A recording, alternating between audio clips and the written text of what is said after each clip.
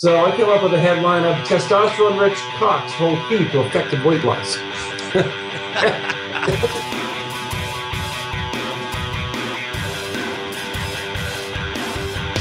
Hey podcast listener, you're about to discover insider tips, tricks, and secrets to making more sales and converting more prospects into customers with email marketing.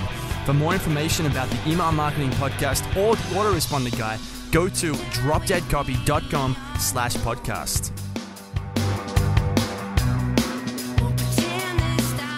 G'day, it's John McIntyre here, the Autoresponder Guy, and it's time for episode 28 of the Email Marketing Podcast, where we talk about the top tips, tricks, and secrets for making more sales and growing your revenue with email marketing.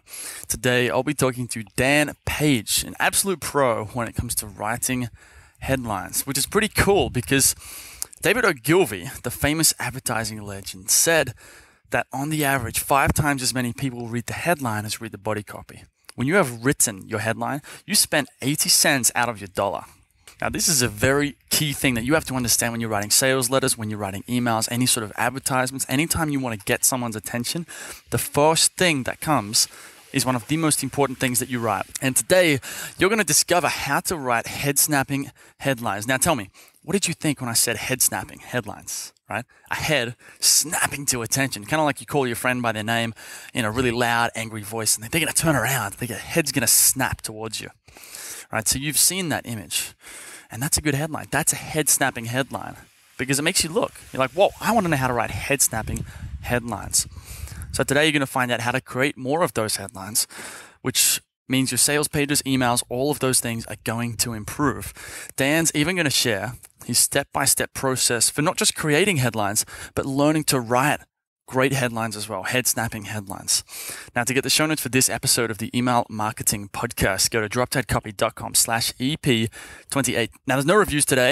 I have a listener question, but if you would like to leave the review, you would be doing me a big favor. So you can go to dropdeadcopy.com/podcast. Leave a review. There is a link there to go to iTunes. Leave the review. I'll read out your review on the show and even read out your link if you drop a link in the review too. Now, we have a listener question from Mandy Ellefson. Here it is. Hi, John. This is Mandy Ellefson. I love your content. I have a question about autoresponders and how many things you can sell during one autoresponder sequence. I have 2 different things that it would make sense to sell, and I'm wondering if it makes sense to offer both of those at different times during my autoresponder sequence, or if it's just going to be overwhelming. Thanks so much, and I look forward to hearing a response back. Okay, so Mandy's question was, how many things can you sell in an autoresponder sequence? She has 2 products, and she's asking, should I only sell one product, or can I sell both? Is it going to be more confusing if I try and sell both? She has 2 products. The first product is, by the sound of it, it's a product that's less coaching. It's on how to have more time and how to scale your business. And then the other product is very similar, but it sounds like there's more coaching. So they're very similar products with, one with a bigger focus on coaching and one with more focus on the product. Okay, now here's what I think. Because they're both similar products, you can promote them both in the same autoresponder because the autoresponder is really getting a certain type of attention. You're getting people's attention for, how to have more time in their business, how to scale their business, that type of thing. Okay, now, however, you want to be crystal clear on what the difference is between both products. So there are a couple of different ways you can do this. The first way is you can promote a different product every few emails. So for example, if you're doing daily emails, which I highly recommend, let's say one week you would promote the first product, and the next week you would promote the other product. Another way of doing it would be you would just promote the first product, which I'm assuming is the cheaper product, right? And you would have people pay via PayPal or however it works. And then afterwards, you would offer them an upgrade to the better product, which is more coaching. So you would just use it as an upsell. And then there's no confusion about where they are in the funnel. I really like that idea. Another way to do it is, the third way, is to create a landing page with your products, which explains the difference. Kind of says almost like a products page or a services page, which basically says what each product is. So it goes through the first one. Then it says, but if you really want to go to town on this and scale your business and have more time, you can get product number 2. And here's the difference. Here's what else you get on top of what you get with product 1. Right? So I like option 2 or 3. So every email would just promote the same thing, but you would still be hitting people with both angles. All you got to do in the emails then is sell your prospect, sell your subscriber on the benefits of working with you. All right, the product is beside the point. The product doesn't particularly matter. Okay, they're there for a result, a benefit from you, and all they need to know is that they're going to get that benefit, which isn't the product. The product is just the delivery method. All they have to be convinced is that they're going to get the benefit from you, and they're going to click that buy now button. So that's it. I hope that helps, Mandy. Now let's go get into this interview with Dan Page and find out how to write head-snapping, I love saying that, head-snapping headlines. It's John McIntyre here, the autoresponder guy. I'm here with Dan Page, a terrific marketer. He's actually a headline pro because him and his team have tested over 3,000 headlines and email subject lines. Dan's also a well-known publicity expert. He's taught over 1,100 people on how to generate publicity for their businesses. And he's also a business development or business consultant expert, which he'll talk more about in just a moment. And in this interview, we're going to talk about how to write head-snapping headlines by finding the golden nugget of the story and working it into your pitch. So, Dan, how are you going today? Very well, thank you. Thank you for having me on here, John. Good to have you on here, man. We're just talking. It's 6 a.m. over there. I really appreciate you getting on here, man. It's early. Not a problem. I love it. Cool, man. Now, before we get into the specific headline stuff, give us a quick background on kind of how you got into marketing, headlines, publicity, and what you really do for yourself at the moment. Certainly. Well, I'm what's called a corporate business development specialist. So what does that mean? I'm basically the hired gun for my career over the last 30 years or so that is brought in typically by very large companies to help launch new products, drive new sales, fix broken sales processes. And in that realm, I've sold over $500 million worth of stuff throughout my career. And so one of the tools that I use is learning how to get the attention of my audience. So my audience could be a corporate CEO. It could be, thousands of consumers. It could be it could be the media, journalists, radio station hosts. And whatever my audience is, I'm always focusing how to get their attention. So hence it comes back to the first words that come out of your mouth or off the keyboard, and that's ultimately your headline. So I'm a huge fan. One thing I wanted to bring up right as we get into the headline stuff is David Ogilvy, you probably know this one, the famous advertising legend, once said, this is a quote, on the average, 5 times as many people read the headline as read the body copy. So when you've written your headline, you spent 80 cents out of your dollar. So what this kind of effectively means is that when someone's sitting down to write an email or write a sales letter, they should be spending maybe 80% of their time on writing that headline or coming up with compelling headlines, because that's really one of the most important things, if not the most important thing in the whole marketing push there. What do you think about that? I agree. In fact, one of the things that I learned to do many years ago when I first studied Dan Kennedy, I'm sure you're familiar with Dan. Yep. And is I learned just to train myself just to watch the headlines in the world around me. Dan has this famous thing where he talks about going to the grocery store and just standing in the supermarket line, and you see all the tabloids. And I'll go to the supermarket, and I still do this years later. And rather than going to the shortest line, I'll pick the longest line, and I'll grab all the tabloids and just run through them and see what kind of headlines grab my attention. Or even, and I love looking at all the spams that come into my inbox, much as I hate spam. And all of a sudden I said, why does that spam grab my attention? What was that subject line that got my attention? So over time, I've just trained myself just to watch for the headlines in my life, whether they're on a billboard, or they're in my inbox, or they're on, on the supermarket aisle. And it becomes just kind of a hobby after a while. Okay, so what you're saying is like when you practice it like that and you keep seeing good headline after good headline after good headline, you really get a kind of an intuitive feel for what makes a good headline. Yes, absolutely. And really deeper than that, John, I think it's seeing what the good story is. And I think, and I can give you some examples of that, but just developing a nose for a good story. And then the headlines just present themselves to you if you have that sense of what a good story might be. Okay, so it starts with a story, and then where you find the headline out of that, which I think we'll get into that in a minute. So headlines are pretty important then. Absolutely, and it goes both directions. It's not like it always starts with a story. Sometimes, okay. And my wife is a professional writer, and as part of that, she's written over 3,000 articles. So she and I on a regular basis are just constantly talking about headlines because she publishes blogs. We actually even teach a course on how to blog for a living. And her blogs come out every Tuesdays and Fridays. Every Monday and Thursday, we're going through 11 different headlines. Which one's the best one and why, for our audience. So it just becomes ingrained in your head. And it becomes just fun and quite often funny, looking for those fun headlines in your life. You're saying when you write a blog post or when your wife writes a blog post, you'll sit down and you'll actually spend the time to write 5 or 10 headlines and then go through them one by one and really try and, knuckle down and figure out which one is going to be the best one for that audience. It's worth you're saying it's worth putting a lot of time into. Absolutely. And as you just talked about with David Ogilvy, not only is it worth putting your time into, but everything revolves around it. That's why I was talking about, the sales and the business development that I do. The first words out of my mouth makes all the difference in the world, whether that very busy CEO is going to listen to what I have to say. Right. That subject line that goes out in my newsletter is going to make all the difference between a 2% open rate and a 20% open rate. Right. It's that first impression you have on that other person makes the difference between failure and success. So this is applicable to any time you need to get someone's attention. Could be a billboard, could be an email, could be a sales letter. Anytime you walk into a bar and you're trying to meet someone, it could work there as well. That's absolutely correct. Yes. All right, man. Well, let's get into. I'm sure you've got a list of, or maybe off the top of your head, of what are some of the best headlines that you've seen around. One of the ones that I have done. We have a lot of fun with, and part of it is just divining that story, like you divine looking for water, in the earth, just divining that story or that headline from what's within, either your own business or in my case, a client's business. And I'll give you just a few examples, very simple ones. I was working with a client recently that had published a book, and she'd written a book on how to cook with roosters.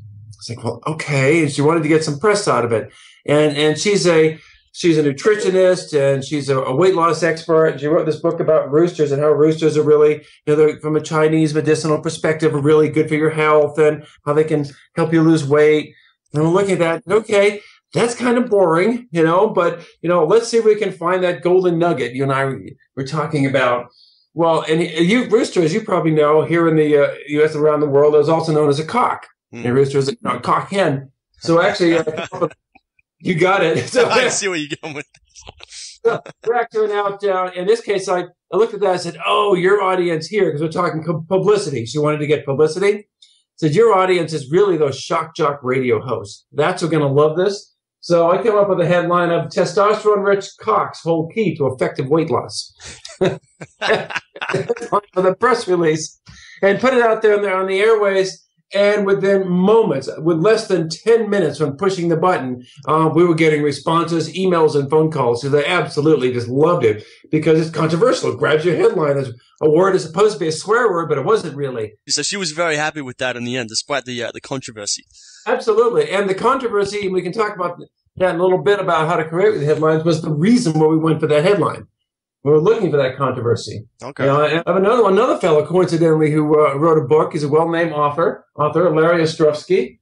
He has a company he has a website where he teaches, nutrition and how to be able to eat right and live a healthy life. And he was wanting some press. And he said, guys, we were just talking. So it's that interview process we were going through and just sort of digging and just being open and listening for the story that might be in there.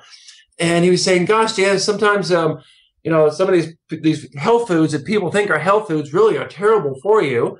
And on the flip side, I said, gosh, he said, a lot of junk foods have nutrition in them. He said, even beer has nutrition in it. And I said, oh, stop right there. He said, how about is beer an undiscovered health food? And put that out there and boom, literally within 10 minutes, we were getting phone calls of people wanting to interview him. Because it's that controversy we created with that, beer and undiscovered health food. So it sounds like you have a certain knack for this. I suppose after just that comes with experience. When you keep finding these hooks, that's really what they are, the hook in the story. So if I was to do it or someone else who wasn't so experienced with this, they would sit down. It might take them a little bit longer. But if they do it for long enough and they just, rather than just say like trying to brainstorm headlines off the top of their head, if they sit down and really kind of drill down into what they're trying to write about, sooner or later they're going to find something that'll just catch their attention. It'll stand out like a golden nugget. Absolutely. And so it's looking for that golden nugget. Maybe it's kind of the segue to talking to the how part a little bit because it all combines together. Sure. Looking for that story that's going to trigger your emotions. That's ultimately what I do is either I'm looking for controversy. I'm looking for juxtaposition, two things next to each other that don't make sense, like beer and health food. or it might be looking for that anger, what really pisses you off, or what makes you jealous, or what generates hope in your life. What almost brings you to a tear when you're reading the story, or what makes you laugh, what's funny, what's incredulous. But just looking for that, when I'm looking for a story or a headline, I'm looking for the emotions that it can generate. And then underneath that is the headline just waiting to be found. And it is there waiting to be found. You just need to poke around a little bit until it presents itself. This really is simple. You take whatever you're trying to sell, or like you're trying to sell the idea here. If it's not a product, you're selling the article to people. So what someone should do is sit down and really put a lot of energy and time into kind of thinking, reading through the article and trying to find what's making them angry, jealous, what's making them hopeful, what's bringing them to a tear. And that's kind of step one. And then step two is when you find that, find a way to put that hook that makes people angry, like the testosterone full, rich cocks, or the nutritious beer. Find a way to put that into the headline, and then that's done. So it's like step one, find the hook, and then step two, write the headline. It's pretty simple. Yes, but from a clearly left brain perspective, absolutely. For a lot of folks, don't find it that simple coming out of the gate, and I think quite often the headline is the easiest part. But you can have a great headline and a lousy story, and you'll get the opens. Just look at some of the headlines on like Yahoo, and MSN, and Google. You click on it and say, "Oh, great headline," and you realize there's no story there. They were just trying to get me to click. Right. There are some folks that really put a lot of attention only into the headlines. So is that a big problem? Or? For a lot of folks, you see a lot of complaints on there if you look at comments on there. But I understand it. I understand why they're doing it, because it's all about driving traffic and hence driving clicks and links and advertisements. So I think it's kind of a slimy thing, but it's not necessarily black or white, John. It's not necessarily, from my experience, only looking for the headline. It's not necessarily only looking for that great story. Sometimes one comes first, sometimes the other comes first. But ultimately, my personal bent is there needs to be substance in a story behind what it is that you're saying in order to grab the attention. So they kind of go hand in hand. There's a bit of a dance going on. You have the story and you have the headline, and vice versa. Yeah, so so I don't want to say only do this or only do that. I'm just saying if you can train yourself to look and back up a little bit, look at who your audience is. And in my case, it might be a corporate CEO, or if you're a writer, it's going to be your ultimate reader. And what are they looking for? What do they really want in their lives? And how can I deliver it for them? How can you deliver it for them? And that backs itself into the story and the headline. And I can give you another example that's not controversial whatsoever. Okay. Of just having a sense of what story is going to touch us. In this case, it's a story of hope and yearning. It was about a year and a half ago. I was off on a mountain bike ride here where I live in Boulder, Colorado. It was middle of February, and it was 11 degrees out, and the snow, and I love riding in the snow. It's cold, it's frigid, it makes you feel alive. And I was off on this ride, and I was going under a bridge on this bike trail way outside of town, and I saw this homeless fellow there with his dog, and it was freezing out. And he was there, and he had a bicycle with a trailer behind it, and he was just coming out from a bridge. He was, living under this bridge. And I stopped about 100 feet before him, and I got out $5. And I rode up to him and said, "Gosh, cold day, could you use $5?" And he stopped and he looked at me and he goes, "Yes, I could." He goes, "Maybe I'll get some food for hope." And I said, "Well, okay." Didn't even think about it. And I gave him the $5, and he started to tell me his story about how he'd been working full time and he'd been hurt. He was working up for what they call flood mitigation up in the mountains, fire mitigation, and he was hurt. He injured his back, and he lost his apartment. He lost his place to live because he didn't have the money to pay for it, and he ended up homeless. He said, "And I could live, in a shelter. I could go to a shelter, and I could get out of this cold weather, but I'd have to give up hope." And I looked at it and said, "Oh, hope is the dog."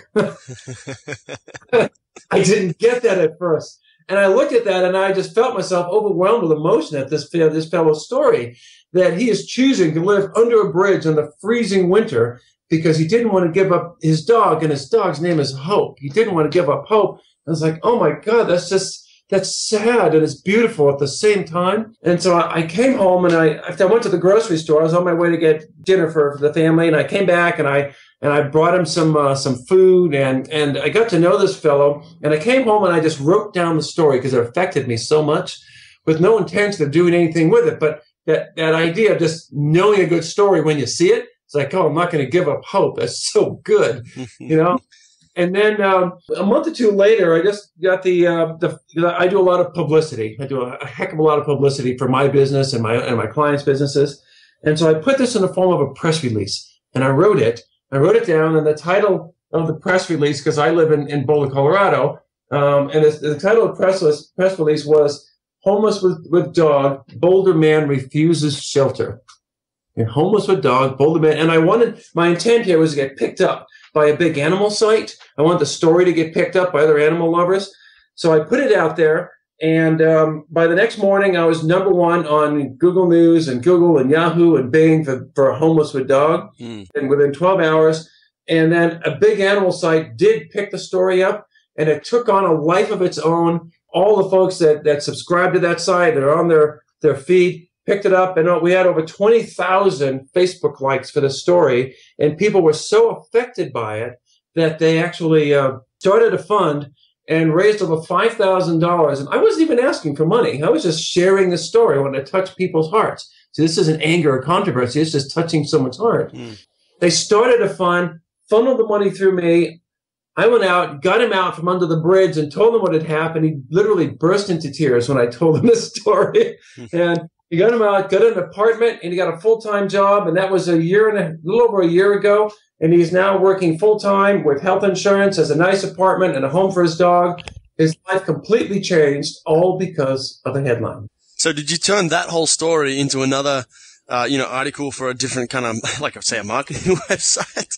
I didn't, because, I talk about it sometimes when I'm explaining to people how to be able to find a good headline and where to send a story.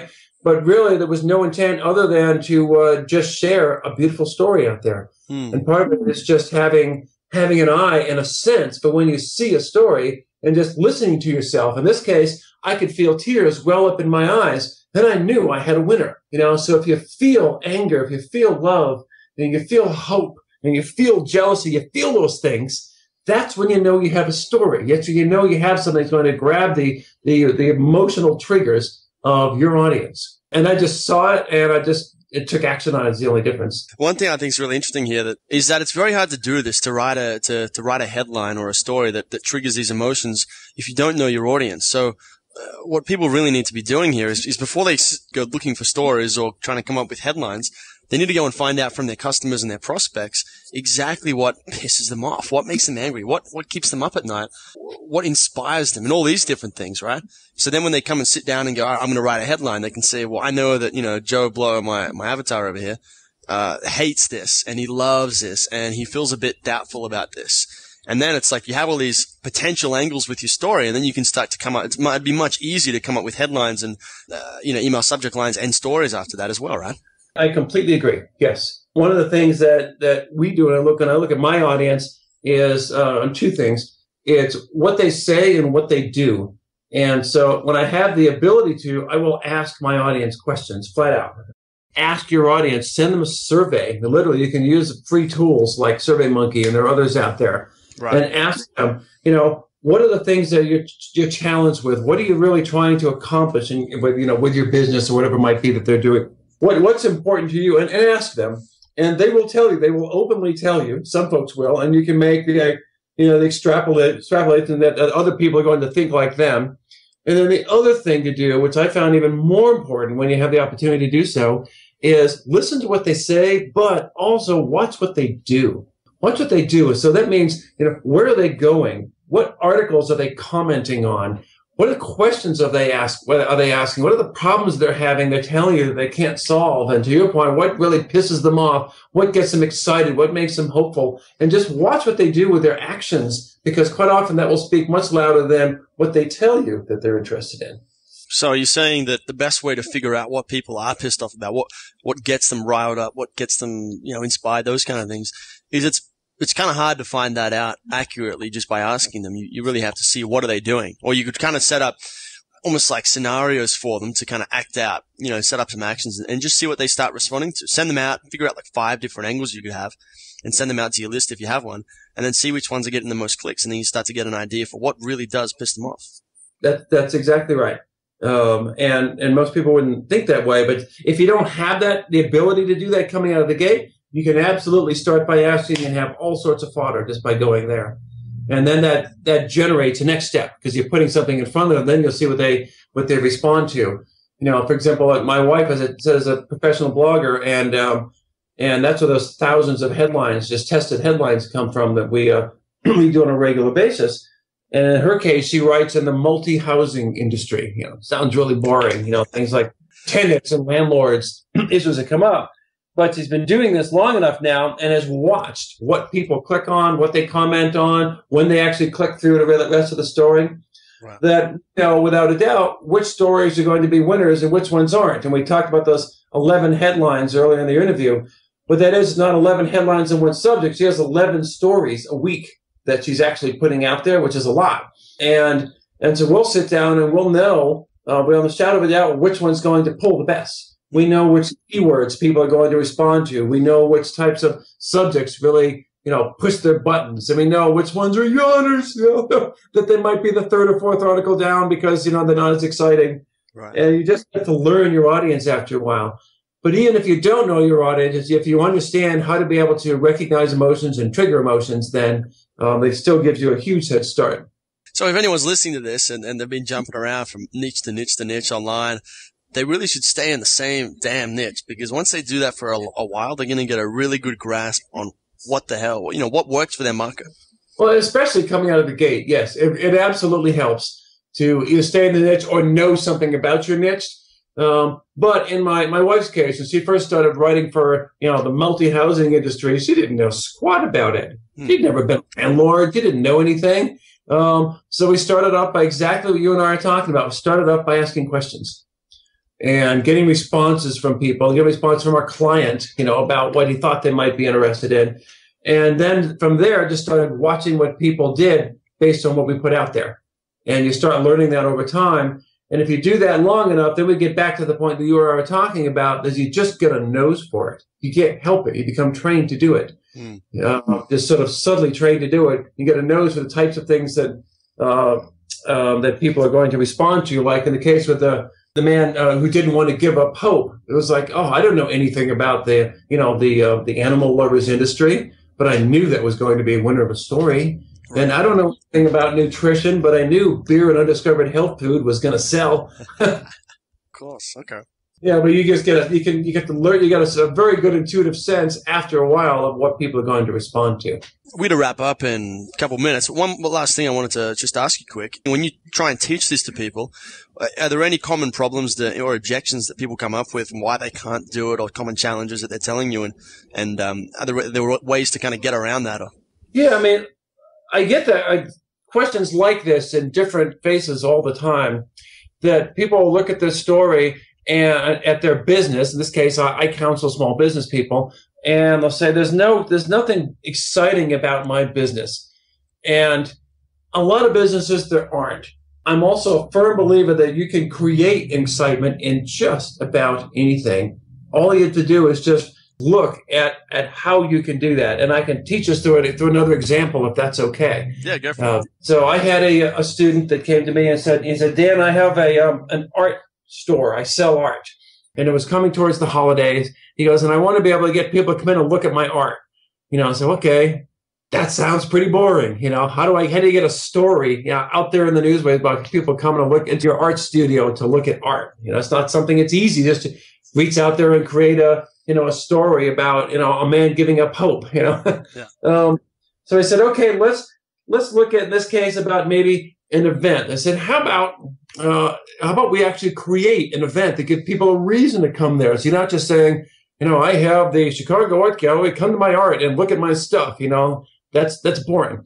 What if you would create an event and I said you did a competition, for example, and you invited all these local painters to come in, and maybe you get something for them to paint. Maybe they can paint a portrait. And say, how about if somebody took their clothes off?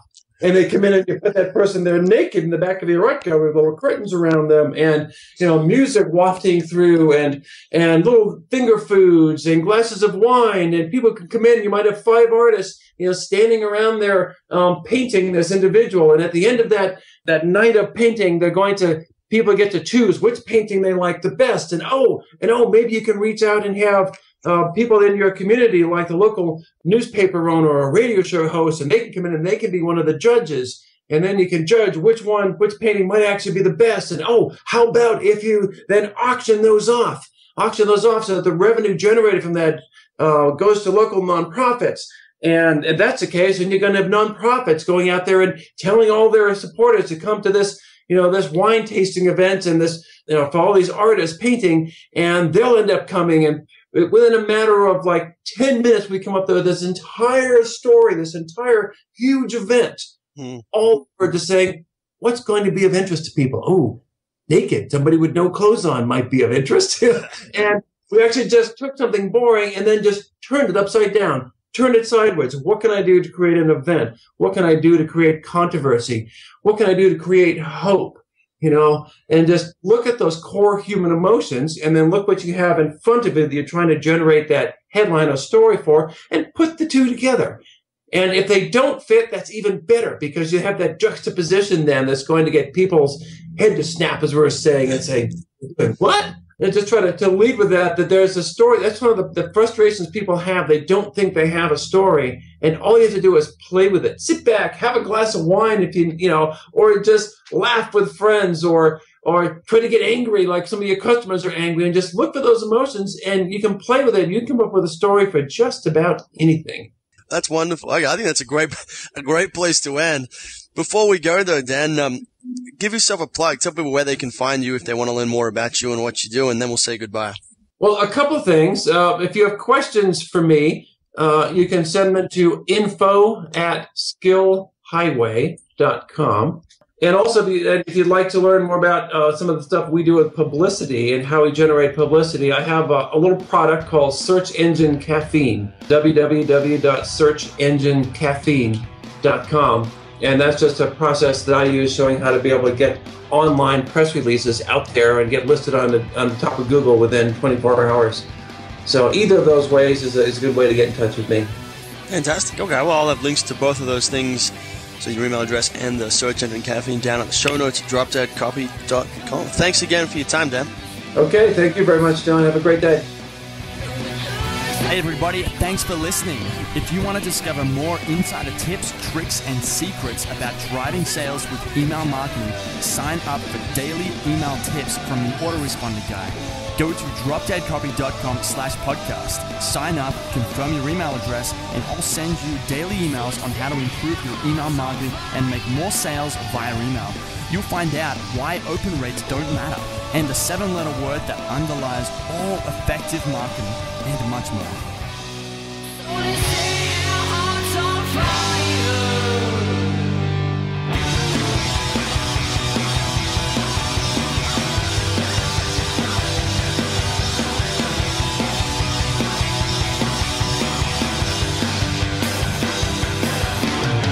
The editing and production of this podcast were provided by Authority Engine. Learn more at authorityengine.com.